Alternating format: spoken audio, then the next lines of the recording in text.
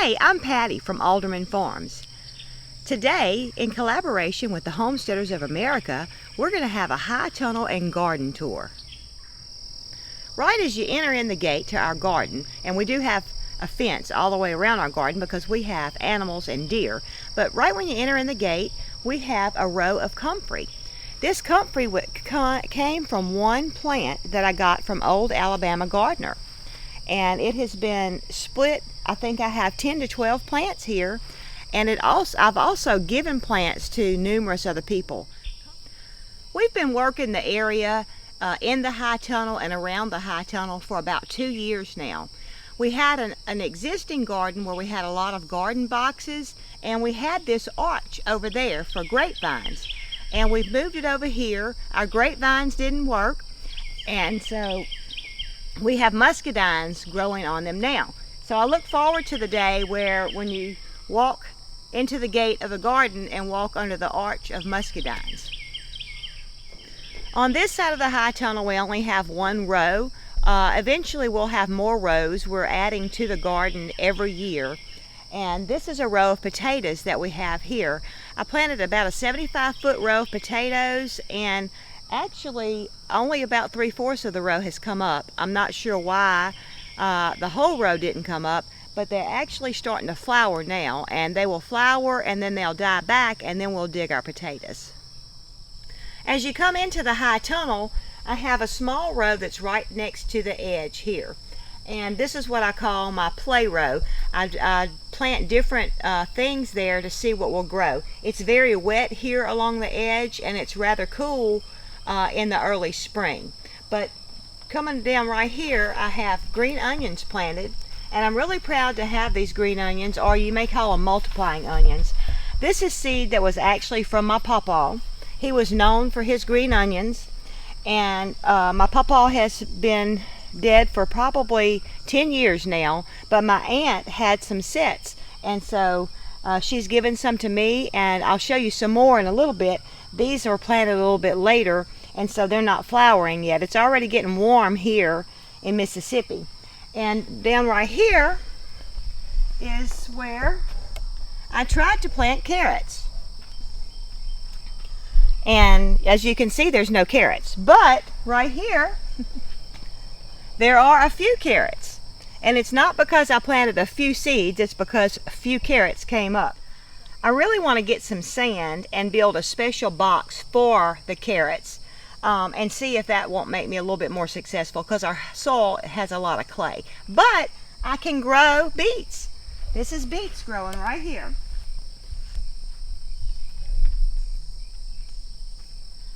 I'm the only one that eats beets, and so there's not that many beets. I did plan on planting more where I would have a succession of beets coming in, and I still may do that. But anyway, so they are making, and they are a root crop, but they are making some little beets down there.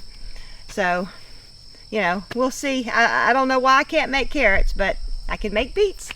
The row right next to me, the next two rows, is actually big beef tomatoes. And I plant these to bring to the farmer's market. Of course, we'll eat some of them too, but I go to my local farmer's market, and I sell tomatoes there. This is my second year of growing tomatoes for the market in a large amount. We have right at 100 tomato plants here in the high tunnel. This is some sage that I actually had planted along the edge, and I decided to go ahead and move it more towards the middle over the winter. So this sage was growing last year, and I moved it, and now it's time for me to harvest some sage and dry it. And I've grown it right next to a tomato plant. Also, in my fall garden, I planted kale. And what I do with my kale, I plant it to the outside, so because it's still going to be growing like now with spring when it's time to plant my tomatoes. What I do is I come in the middle and I plant my tomatoes in between my kale, and I keep my kale picked back really short, and so that way I can grow two crops in the same place. And I also had some broccoli growing. I don't think the tomato plants did as well with the broccoli, so I probably won't do that again, but it does great with the kale.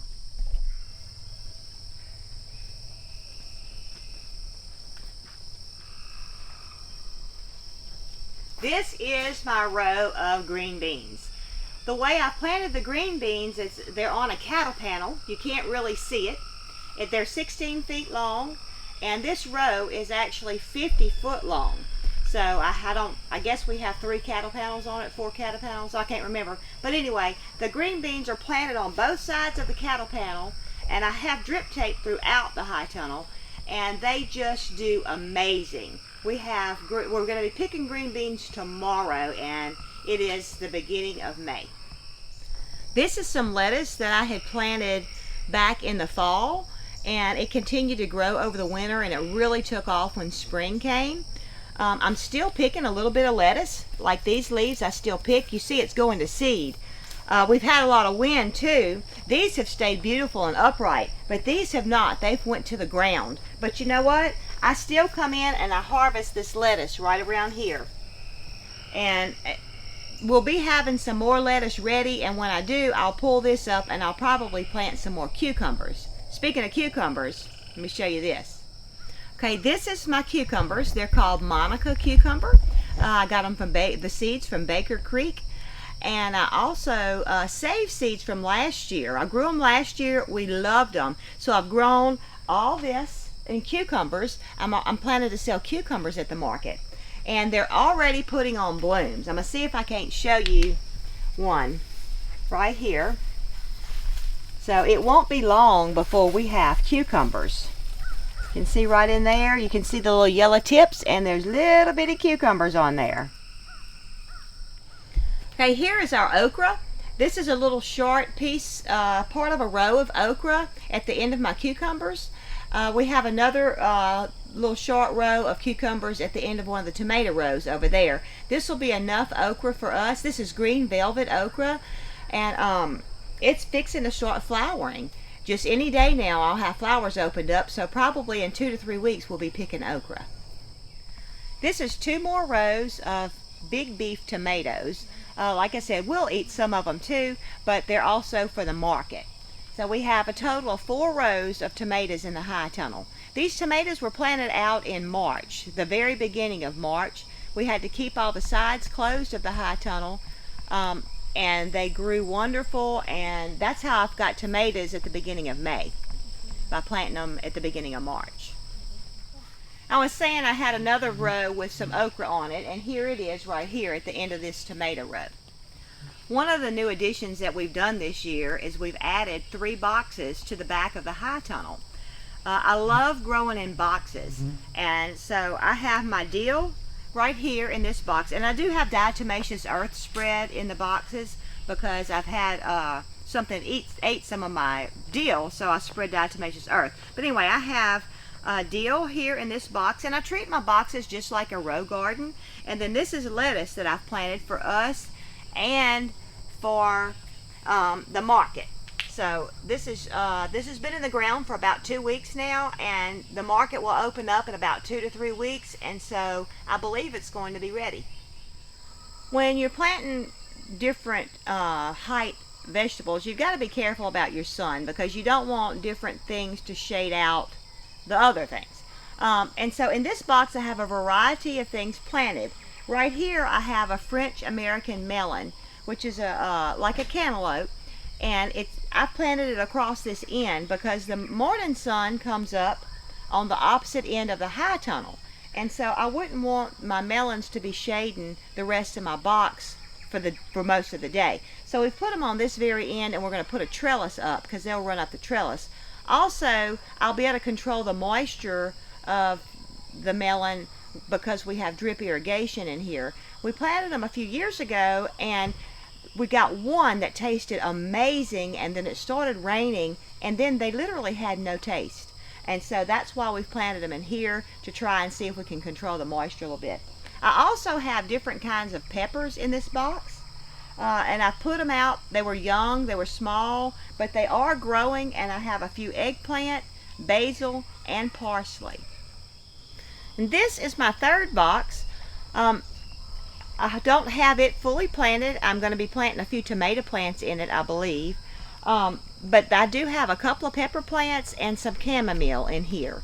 And so most of the box is empty. They're very small plants, so I know you probably can't see them right now.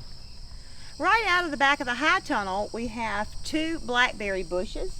And if, Tommy, you can come in and zoom into this, there actually is some blackberries on there. Well, they're green berries right now, but they will be blackberries. These are a thornless variety we got from Ison's Nursery. And I really would like to keep these going and have a thornless blackberry. I used to pick blackberries as a kid. We used to love to get the blackberries, but those thorns are brutal. So I'm excited about these berries. We've actually planted 2 apple trees this year. We planted a Fuji and a Gala. What's so interesting is that typically they don't bloom the first year or 2. It's usually when they're about 5 years old. But this Gala actually bloomed. Here's some flowers here blooming. Now I don't know that I'll get any apples because I don't have any other apple tree to give it cross-pollination. We do have a 3rd apple tree that we planted a couple of years ago, and it's never bloomed, but it should be blooming in the next couple of years. This is the other apple tree that I was telling you about. It's been in the ground for at least, I think, 2 years now. We actually went by Ison's Nursery and picked it up on our way home from the Homesteaders of America conference 2 years ago. So, or it may have been a year ago, I can't remember. Anyway, and back behind me is a wild blackberry patch that I noticed it there last year, and I told Tommy, I said, don't cut that down, I think it's blackberries. And sure enough, it's covered with blackberries. They're very small blackberries, so I'm going to give it another year and fertilize it really good, see if I can increase the size of the blackberries, and I'll just pick them very painfully but until my other blackberries get established real good. But wild blackberries are very good. They just kind of hurt when they poke you. This is an area that we're calling our orchard area, but right now, before our trees get up bigger, we are actually using it to plant row crops. And right here, on this row right here, I have some cantaloupe and some watermelon planted. And then a little bit further down, as the plants get a little bit bigger, we have zucchini and squash. Right here, let's see. Right here is a pawpaw plant, right? Yes, this is a pawpaw. The one down there is a pomegranate. But anyway, these are new this year. Well, this one's new this year. I got it from Ison's Nursery also, and along with the pomegranate I got from Ison's Nursery when we stopped by there that year. Growing here on the trellis is spaghetti squash. We already had that trellis there from a few years back, and I have spaghetti squash. And then I've just set out beyond that on the trellis some tomato plants, some heirloom tomato plants. They're very, very small, but they weren't doing good in the containers that I had them in, and so I figured they would do better outside in the ground. So I transplanted those yesterday evening late, and so I'm hoping that they're going to go ahead and do better because they were in the container too long and they were root bound. So I'm hoping they're going to spring to life. On this far row over here, we actually have 4 blueberry bushes.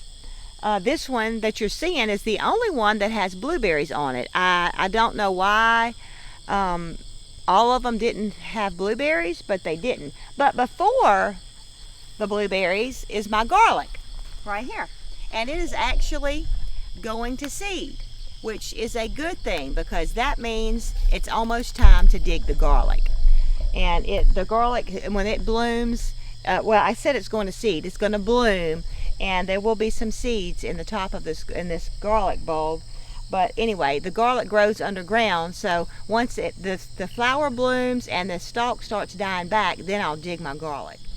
I'm so pleased with how the squash is doing this year. Well, I actually planted it from seed, and there's probably about 4 or 5 different varieties of squash here. And if you notice the different kinds of leaves, that's actually different kinds of squash. This is green onions also, or multiplying onions. These were planted, well, actually they were never dug. They were in the ground since last year. You should dig them up every year because you will lose some, or you could possibly lose some, especially up north. Down here, they overwintered pretty good, as you can see. But I didn't get around to digging them up last year. And so, see, these are flowering. and they're going to start dying back, and when they do, I'll dig them up. And where I had one planted down in here, it's multiplied, so I'm going to have multiple bulbs to plant next year. This is some cilantro that I planted by seed right here in the row, and it really did well. If you remember, I told you when we were talking about the row on the other side that it stays very wet. Well, this side stays really wet too because it's right on the outside, and like I said, I have very clayey soil, and so but the cilantro came up very good. I also planted a little bit of spinach here, and it came up. Well, a few did, not many, but a few did.